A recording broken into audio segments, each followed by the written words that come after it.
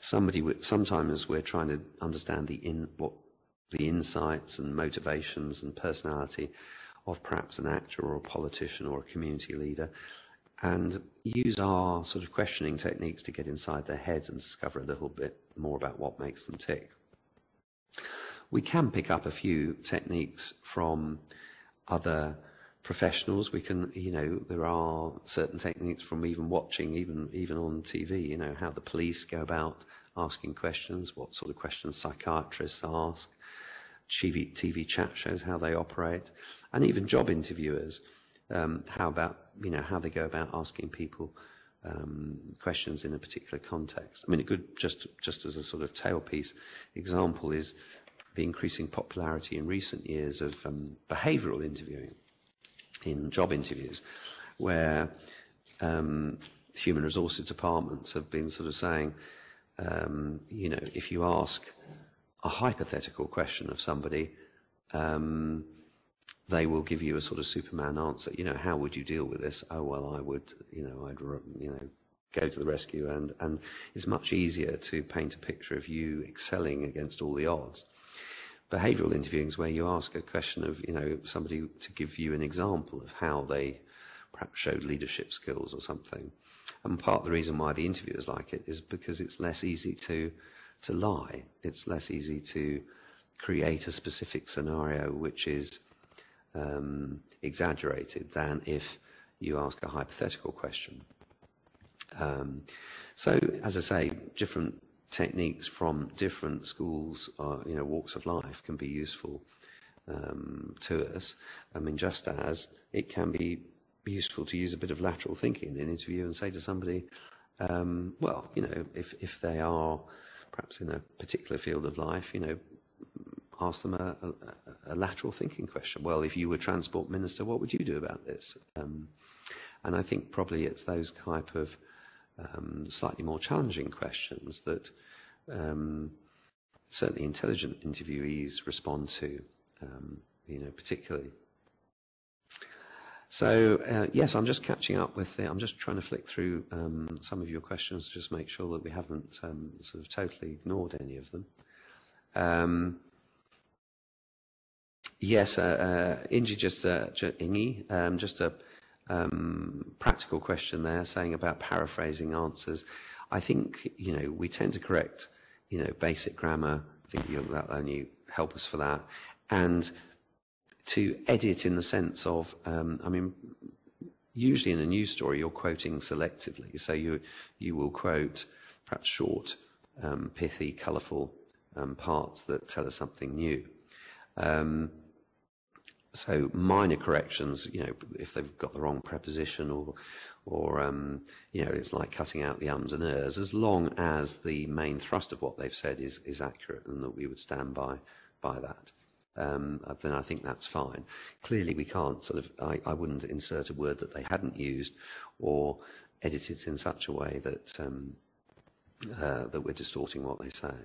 And one technique around that, if you're taking quotes from different parts of what somebody says, is to separate them with the, he said or he says in the middle. So if we're, if we want to just make the point that this wasn't one whole sentence said at the same time, not that they're contradictory or anything, but just that, to keep those two parts sort of individual, if you like.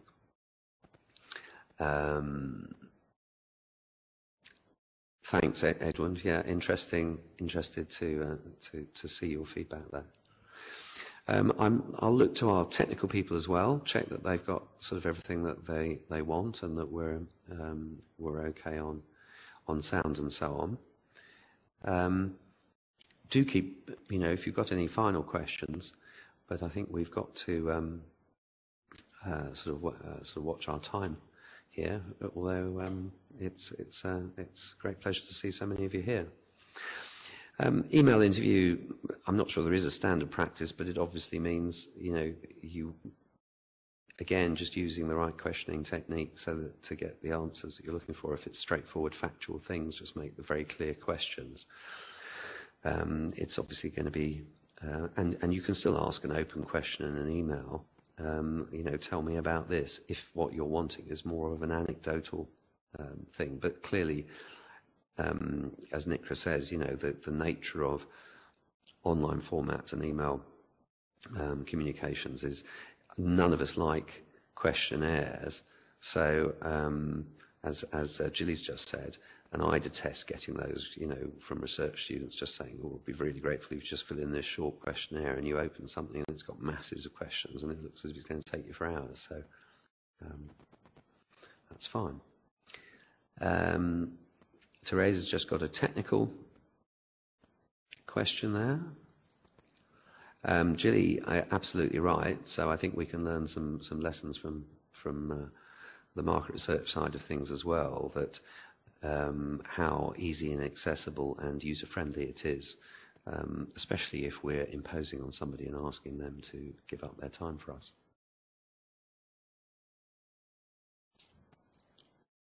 Well, from looking at the clock, it's sort of 8:15 local time in London.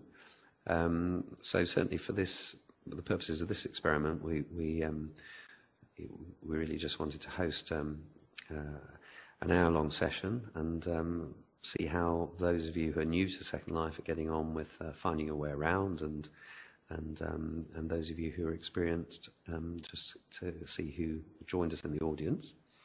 So I'm very grateful to meet you all, and thanks a lot for putting up with us this evening. And I hope that from a sound point of view that everything was okay, and that also it's perhaps just useful to thank you for the sound effect. Perhaps just useful to chat through these things. We'd like to see you again. I think the LSJ is in the process of trying to fix up some more sort of sessions on different sort of general and journalistic themes. So look forward to meeting you again at some point in the future, when I will at least recognise some of those unusual names. So thank you very much. I'll ask Titan about what I do at this stage, but I think at this point, at this end, I'll log off, and we will see you. Your question about the transcript, I think Titan will be able to answer just now. I'll see you again soon. Nice to see you all. Hi, Lynham, and take care, everyone, and hopefully we'll see you again in Second Life. Okay. Yes, happy Christmas time, eh? Good luck with don't work too hard over the period.